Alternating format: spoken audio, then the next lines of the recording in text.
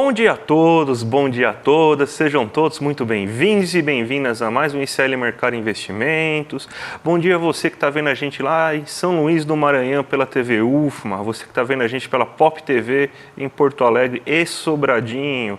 Hoje, segunda-feira, é aquele dia tradicional da gente saber o que o mercado está achando das coisas, se ele passou um fim de semana bom, se ele pegou gripe. Então a gente vai discutir isso aí no relatório Focus, no termômetro de mercado.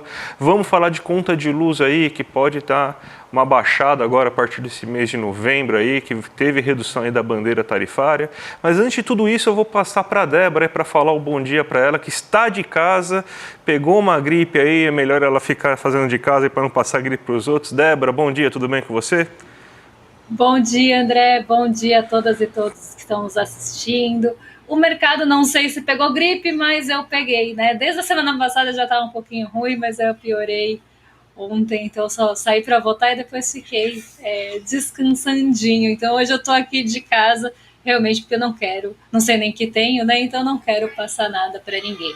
Mas a gente vai falar então de todos esses assuntos que o André já deu um spoiler hoje. A gente também vai falar do Tarcísio Vende Tudo, né? Então vamos comentar aí dessa nova polêmica envolvendo o governador de São Paulo, que tentou, né, está tentando vender uma fazenda histórica que abriga um instituto de pesquisa importante, então a gente vai tratar sobre isso também. E vamos falar aí da abertura das bolsas, do nosso famoso giro de mercado. Então, hoje uma segunda-feira aí com assuntos importantes para a gente falar com vocês. Então, já que tem bastante coisa para a gente falar, Débora, a gente já pode passar para a nossa agenda, né? Então, a agenda não é tão recheada, né? Mas Bob Fields está falando, alguns presidentes de Fed dos Estados Unidos estão falando, né? Então, o que você pode destacar para a gente nessa agenda do dia de hoje, Débora? Hoje a agenda começa já pelo Brasil, né? Então não temos aqueles balanços corporativos logo no comecinho da gente, isso volta amanhã. Mas hoje temos INCC de outubro já sendo divulgado, confiança da construção de outubro também, divulgação da FGV, relatório foco semanal, esse já conhecido nosso, saiu por volta aí das 8h30, então a gente vai tratar com vocês. Temos falas de Fernando Haddad e Roberto Campos Neto acontecendo nessa primeira parte da manhã e até meio-dia, primeira parte do dia, na verdade. Então, das 10h25 ao meio-dia, temos falas importantes que, caso tenha algo que apareça no radar, a gente passa para vocês, vamos acompanhando durante o programa, mas temos outros pontos aí durante o dia também na nossa agenda. Então, podem passar aí para o pessoal de casa acompanhar com a gente, porque ao longo do dia a gente tem também o vice-presidente do Banco Central Europeu participando de um evento hoje, produção e vendas da Petrobras, esse documento bastante importante, só que ele só sai depois do fechamento, então a gente vai ter repercussão dele amanhã, mas o mercado já se prepara para receber essa notícia. Temos balanço da Ford nos Estados Unidos e hoje as bolsas europeias passam a ter uma diferença aí com o Brasil diferente, porque por lá acabou o horário de verão, então elas fecham mais tarde em relação ao horário de Brasília por conta desse fim de horário de verão na Europa, no continente europeu. Então agora essa é a mudança aí de horário que a gente passa a ter também por lá. Uma agenda mais resumida hoje, uma agenda mais enxuta, mas com pontos importantes, principalmente envolvendo aí falas de Fernando Haddad e Campos Neto e o relatório de vendas da Petrobras. Vamos então agora partir aí para o nosso giro de mercado, Débora, que tem a notícia que a gente fala aí todo dia para vocês já lerem, ficarem preparados, saber o que aconteceu, o que pode acontecer, o que está no radar aí dos mercados esses dias aí. E ontem tivemos eleição no Japão, né? E foi uma grande notícia, porque pela primeira vez, acho que nem sei se aconteceu já isso antes, né? Que os conservadores, eles não perderam a eleição completamente, mas eles perderam a maioria, né? Isso aí é um fato inédito lá no Japão e está mexendo bastante aí com ele, né, Débora? Exatamente. Assim, fazia muito tempo, não sei realmente desde quando, a gente não via o primeiro-ministro, o partido do primeiro-ministro japonês perder a maioria parlamentar. E foi o que aconteceu. A gente teve eleição geral no Japão nesse dia 27, também por lá, então ontem tivemos eleições gerais no Japão, e ele perdeu a maioria parlamentar. E isso fez com que houvesse uma dúvida do mercado financeiro em relação às políticas de juros. Então, passou a se esperar que o Banco do Japão não eleve as suas taxas de juros como era esperado anteriormente, justamente por essas incertezas causadas pela eleição. E aí a gente tem, inclusive, decisão de política monetária do Banco do Japão nessa quinta-feira, dia 31. Então isso mexeu aí com os ânimos do mercado. Como não se espera uma alta da taxa de juros no Japão, o iene voltou a se desvalorizar frente ao dólar. Então ele teve uma desvalorização, ele caiu frente ao dólar, e isso é positivo, vamos pensar assim, para as empresas japonesas negociadas em bolsa. Por que isso causa um movimento positivo? Grande parte dessas empresas negociadas na bolsa japonesa, então a gente está falando de uma série de setores, eles são voltados para a exportação. Se a gente tem um dólar mais valorizado frente à moeda japonesa, essas empresas elas se favorecem porque elas são exportadoras e ganham com um dólar mais alto. Então isso fez com que as bolsas japonesas, o índice japonês e as empresas japonesas, na verdade, tivessem um fôlego a mais e liderassem aí, o Nikkei 225 liderou um movimento que foi positivo na Ásia também, não foi um movimento negativo que destacou o Nikkei 225. Elas subiram em bloco, mas o Nikkei 225 subiu mais. Então vocês vão ter que acreditar em mim, porque hoje a gente está sem a projeção para vocês, mas o Nikkei 225 subiu 1,82 hoje. O Xangai Composto, ele também foi para o terreno positivo por um movimento diferente do que a gente viu no Nikkei.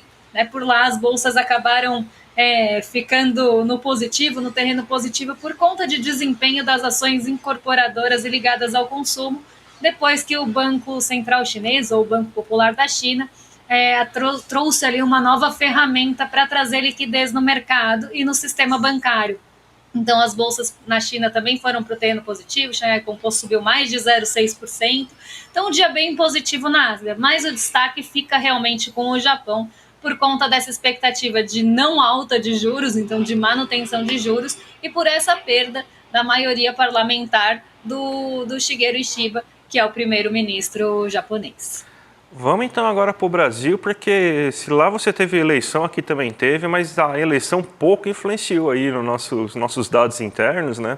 O relatório Focus saiu, o relatório Focus pegou uma gripe também, passou o fim de semana bem complicado aí, porque ele veio nervoso hoje, hein? Relatório Focus aí hoje, num nervosismo grande, fez com que, colocou que a inflação vai superar a meta em 2024. Se acontecer isso, né, Débora? A gente já sabe aí que vai ser a terceira cartinha do Campos Neto, o melhor presidente do Banco Central do mundo, vai ter que escrever a terceira cartinha dele, né? Vai pedir música do Fantástico, mas eu acredito que não vai chegar a tanto aí, porque para variar, o Focus ele está reforçando aquela narrativa aí que a gente vem falando aí durante todas essas últimas semanas, que é o quê? O Brasil está crescendo acima do que ele pode crescer, então você tem esse PIB potencial aí, que é a palavra da moda agora, né?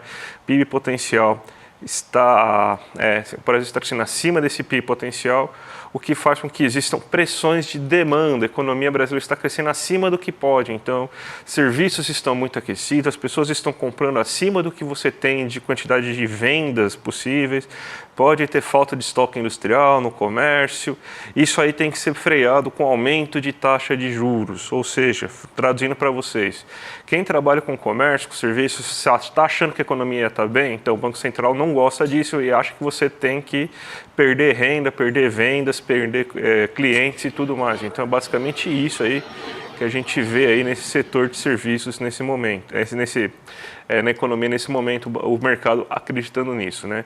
E para isso, vai lá e reforça aí que a taxa de inflação deve ficar acima da meta, que você tem então um crescimento que cada vez está maior. A gente até vai colocar aqui para vocês na tela os dados aí do Boletim Focus aí, para vocês ficarem sabendo aí como que foram as altas, né? Ele aumentou quase tudo, ó. O PIB cresceu, então, está quase 3,1%, então, mais uma justificativa, ó, o Brasil está crescendo, mas está crescendo acima do esperado, acima do que dá, hein? Isso aí vai gerar inflação, tanto que aumentou a inflação para esse e para o próximo ano. 4% está bem distante da meta, que é 3%. A gente precisa começar também a discutir a realidade que é uma meta de inflação de 3%, que pode ser que faça a gente ficar fadado a não poder crescer. Se crescer, tem que colocar a taxa de juros lá para cima para conseguir controlar. Então também tem a questão da meta ser muito irreal. E para esse ano esperam 4,55%, que seria uma inflação acima da meta de 4,5%. Então essa inflação estaria vindo do PIB mais elevado. Você tem, então, que eles esperam também uma taxa de câmbio maior, o que pressionaria a inflação por 5,45 agora. A Selic continuaria a mesma, então ele acredita em altas de 0,5 pontos percentuais em cada reunião até o final desse ano, e se cair, vai cair em ritmo menor no ano que vem. Então é basicamente isso aí que eles estão prevendo nesse exato momento, né? E sendo que a inflação do próximo mês, a gente vai até falar um pouco depois, mas já tem fatores inflacionários que vão começar a reduzir. A gente não tem nenhum sinal de que você tem aumento aí previsto para gasolina, para diesel, até porque o preço do petróleo está bem baixo, então não deve ter nenhuma sinalização de que vai ter alta de preço de combustíveis durante o mês de novembro, por exemplo. A energia elétrica vai ter uma queda considerável, a gente vai falar agora, ela vai sair de bandeira 2 vermelha para a bandeira amarela, então você vai ter inclusive um fator deflacionário para o mês de novembro. Os alimentos não parecem aí estar numa escalada tão grande, então são alimentos bem específicos que estão crescendo. Então você vê um monte de sinal que a inflação deve passar esses próximos 2 meses aí, desacelerando consideravelmente, mas o mercado vai continuar com essa narrativa, né, Débora? Exatamente, e cada vez mais, né, eu vejo por via do relatório Focus, então, via relatório Focus por meio dele, que o mercado financeiro ele tem forçado essa narrativa também por meio do câmbio, né? O câmbio ele vem aumentando semana após semana, e a gente sabe que isso tem um potencial, sim, de causar uma pressão inflacionária. A gente já vê essa pressão acontecendo, principalmente nos preços ao produtor, que é onde bate primeiro, né? Para quem lembra, quando a gente traz aqui GPM, por exemplo, que tem uma parcela importante dos preços ao produtor, hoje sai INCC também, que acaba tendo essa sensibilidade também, porque tem insumos ali dentro dessa composição que tem uma sensibilidade, uma dependência maior do dólar. Então, se a gente começa a ter um preço ao produtor subindo, isso pode sim acabar pressionando a inflação num segundo momento. Então, eu vejo o mercado ele jogando também por aí. Né, ele sobe ali a projeção do câmbio para esse ano, semana após semana, e vem trabalhando também no lado ali da especulação, jogando esse câmbio para cima, desacreditando do real ou acreditando em um real mais fraco.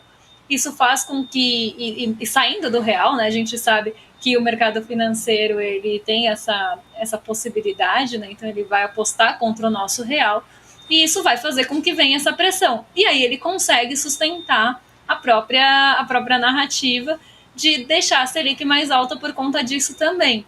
Então vem de várias formas essa pressão do mercado financeiro, ela não vem de um único ponto. Eu vejo vindo também por câmbio, e esse câmbio também está ligado ali a toda aquela preocupação fiscal que, pasmem vocês, até Roberto Campos Neto já falou que parece meio exagerada.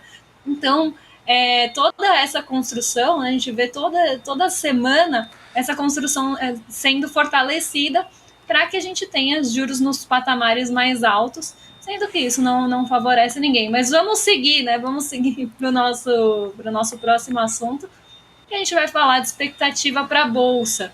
Né? Se o mercado não ficou tão contente, aí não passou um bom fim de semana para produzir o relatório Focus, para as expectativas para a Bolsa, ele está um pouquinho mais animado. Então, não temos grandes ali expectativas em relação à nossa Bolsa nessa semana, mas está mais positivo do que nas outras semanas. Então, expectativas, se quiserem colocar aí na tela até para o pessoal acompanhar. Na semana passada, a expectativa era de estabilidade ou de queda. Pensando ali, né, estava até equilibrado entre a alta e a queda, então era 28,5% de expectativa de alta para a nossa Bolsa e 28,5% de expectativa de queda, e a expectativa majoritária era de estabilidade, nem alta nem queda, era ficar perto do 0 a 0. A nossa Bolsa caiu, então o mercado de certa forma errou na semana passada, como errou por várias semanas no termômetro da Bolsa, nas projeções para a Bolsa. O mercado ele não erra só projeções de Focus, ele também às vezes erra, muitas vezes erra a projeção da Bolsa também. Mas nessa semana, a expectativa majoritária é que ou nossa Bolsa suba, ou nossa bolsa fique perto do 0 a 0. Não, o mercado, de forma geral, não está esperando a queda da bolsa. Vocês podem ver que é a menor fatia aí do gráfico, 14,29%, que espera justamente essa queda. Então, o mercado está esperando uma recuperação da semana passada e, de certa forma, das semanas passadas, porque tirando a semana do dia 14, que a bolsa subiu 0,39, a gente vem numa sequência bem negativa. Então, o mercado está esperando essa recuperação, mas numa semana desafiadora. Então, a gente tem que pensar que essa semana sai payroll, que é o relatório de empregos dos Estados Unidos. A gente tem também dados de desemprego aqui no Brasil. Tem outros dados importantes aí de empresas brasileiras. Então, a gente tem relatórios importantes da Petrobras. Então, tudo isso pode trazer um revés para a nossa bolsa, principalmente, né, dependendo de como sair o payroll, esse relatório de emprego dos Estados Unidos, que está sendo tão utilizado como base para as decisões de política monetária por lá, algo que está impressionado muito a nossa bolsa também. Sem contar que a gente está perto ali de do fim da corrida eleitoral dos Estados Unidos. Essa semana também tem índice de preços de consumo, né, que é o PCI, que é uma métrica super utilizada pelo Banco Central dos Estados Unidos para decidir política de juros também. Então, uma semana com muitos indicadores importantes, a gente vai ver no decorrer dela, mas que o mercado está mais otimista. Hoje nossa bolsa está em alta, mas isso é assunto para daqui a pouquinho. O mercado realmente está esperando que nossa bolsa suba. Agora, André, o que caiu parece que foi a tarifa da energia elétrica, né? Exatamente, Débora. Uma notícia bem importante, né? A gente mostrou, inclusive, no último mês, né, como é a forma de se calcular a tarifa da energia elétrica, aonde que tem um aumento da bandeira tarifária, né? E o que estava acontecendo nesse último mês aí? Você teve que existia uma estiagem muito grande, essa estiagem foi bem amenizada agora nesse mês de outubro, a gente teve maior volume de chuvas, a gente até choveu aqui em São Paulo, aí teve alguns apagões, né? Então a gente sabe aí que começou bem chuvoso aí esse mês, inclusive choveu em regiões importantes aí que você estava com maior nível de estiagem. Isso aí fez com que aumentassem os reservatórios das usinas hidrelétricas, que são a principal fonte de criação de energia elétrica do país. Daí o que acontece com isso? Quando você tem, então, que o sistema hidrelétrico ele consegue ter uma capacidade de fazer mais energia, é possível aí desligar o sistema emergencial que estava ligado, né? O sistema emergencial, que é a ligação das termoelétricas, principalmente que ficam situadas na região norte e nordeste do Brasil.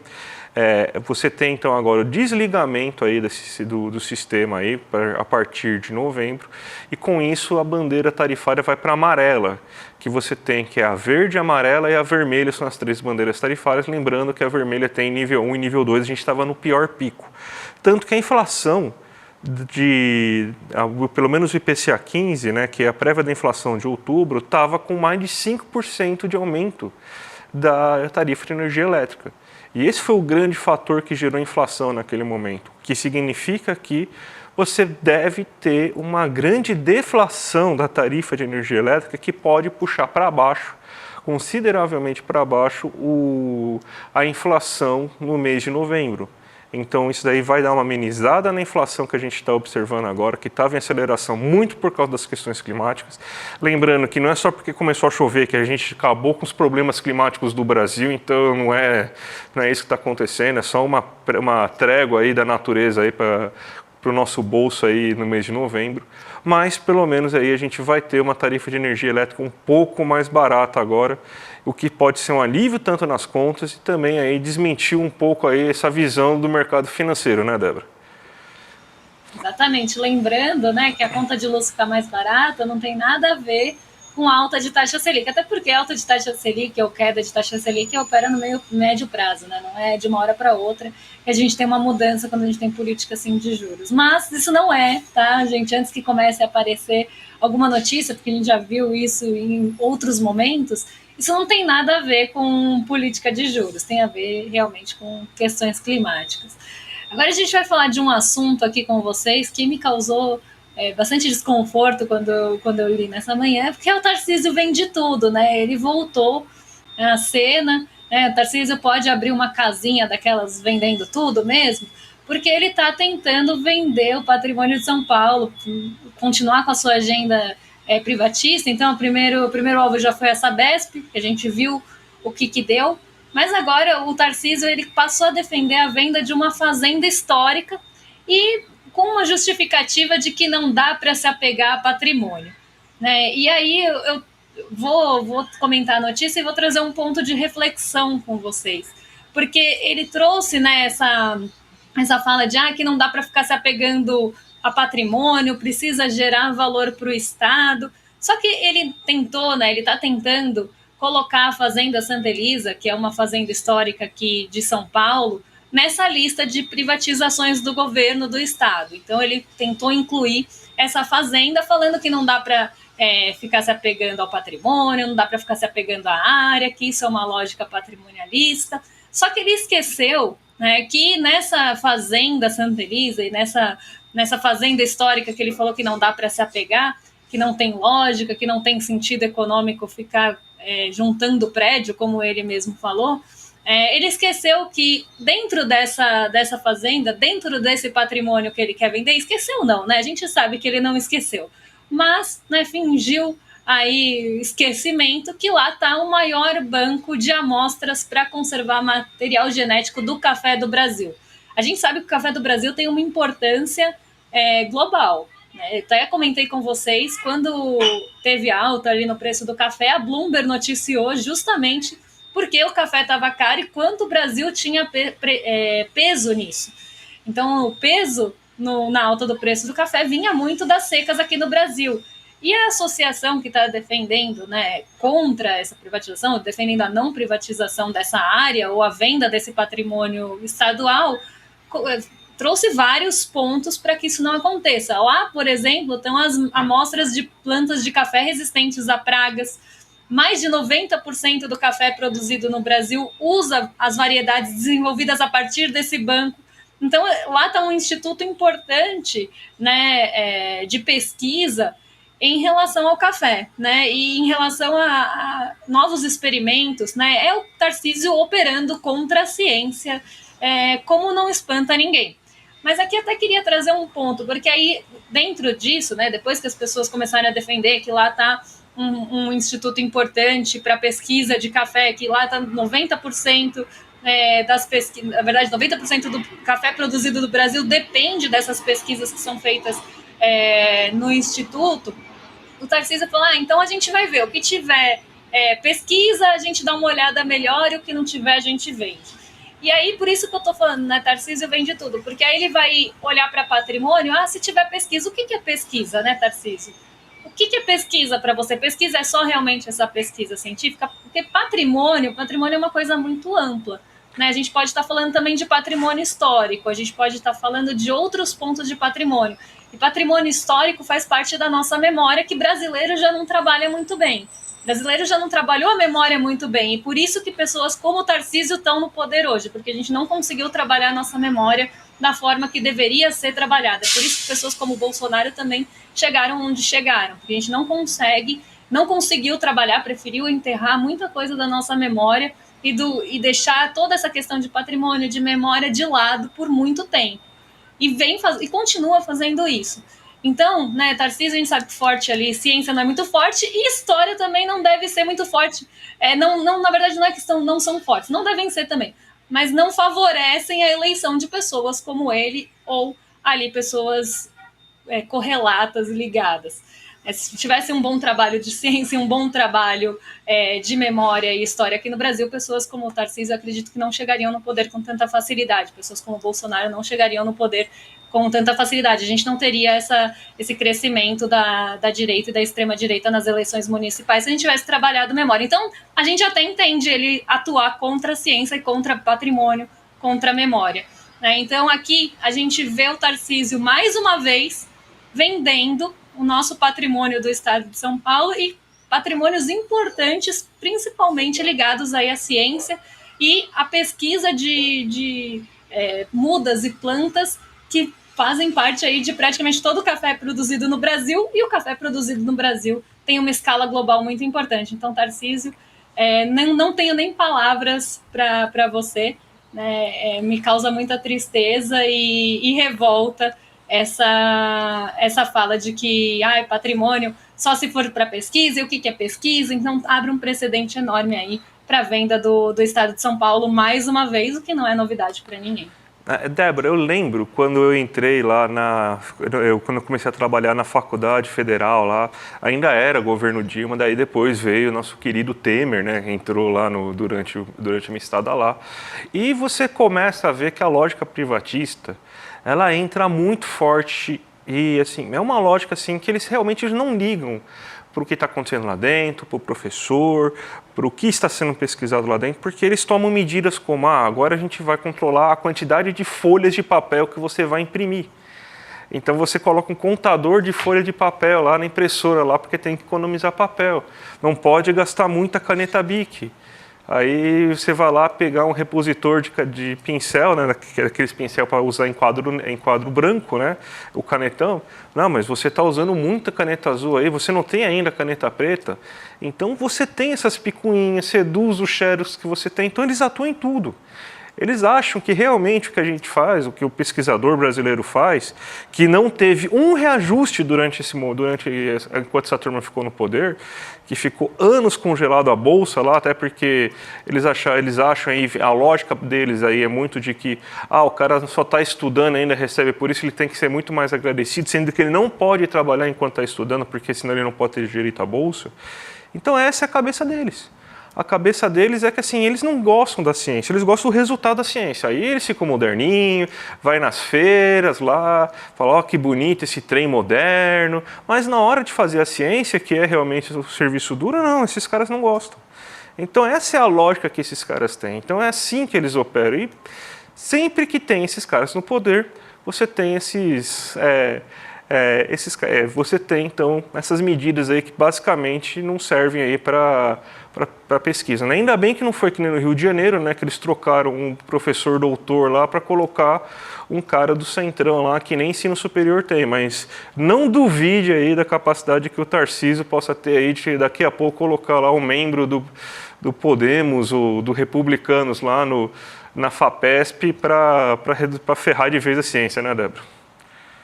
Exatamente, nunca duvide aí das possibilidades que podem vir desse governo. Eu não duvido de nada. Vou me despedir de você, Débora, que a gente vai fazer os recados finais aqui, mas vou deixar você descansar agora aí, melhoras aí, se cuide, beba bastante água aí, para você voltar aqui amanhã com a gente, tá bom?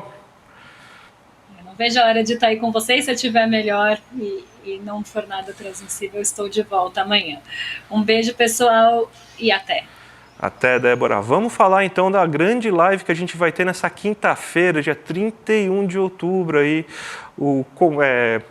Conversas com Pepe Mujica, aí, a estreia mundial desse documentário aí que vai acontecer aqui no ICL. Então, gente, imperdível. Todo mundo sabe a importância, a referência que é o Pepe Mujica na esquerda latino-americana. Ontem teve eleição no Uruguai, então ele teve um papel importante, inclusive, para rejuvenescer a vontade da jovem esquerda de votar e lutar, tanto que foi para o segundo turno aí, a frente ampla, com chances incríveis de ganhar, inclusive, a eleição uruguaia, depois de um partido mais conservador no lugar. Então, gente, é o melhor timing possível que a gente também vai fazer esse documentário. Na quinta-feira, dia 31 de outubro, 8 horas da noite, reserva já seu ingresso aí, clica no link que está aqui embaixo, clmercado.com.br, e vai lá, você vai se inscrever aí para na hora que começar já tocar o sininho e você não perder nada, tá bom, gente? Imperdível, tá certo? E a gente volta amanhã, mas a gente vai entregar agora para os nossos colegas do Rolê ICL, o William De Luca e o Guga Noblar, vão falar das eleições que aconteceram ontem. E amanhã, se tudo der certo, eu e a Débora estamos de volta aí para falar aí para falar tudo o que aconteceu no mercado nessa terça-feira, tá certo, gente? Um abraço e até a próxima. Num momento onde a extrema-direita ganha tanta força no mundo inteiro e os métodos da esquerda para poder se aproximar das pessoas e para poder se comunicar com as pessoas é tão questionado, uma liderança se torna fundamental. Pepe Mujica, ele que, enquanto presidente da República, doava a maior parte do seu salário, ia trabalhar com seu Fusca 1987 e deixou a presidência para voltar a morar na sua chácara, dirigindo seu trator, adotando uma vida austera. Uma vida que para muitas pessoas é inspiradora num mundo que vive tanto em função do consumismo. A obra produzida pelo escritor Fabian Restivo, chamada Conversas com Pepe Mujica, vai ser exibida com exclusividade no lançamento mundial pelo ICL no dia 31 de outubro, às 8 horas da noite. Ninguém pode perder esse momento. Dia 31 de outubro a gente está junto, assistindo Conversas com Pepe Mujica, às 8 horas da noite.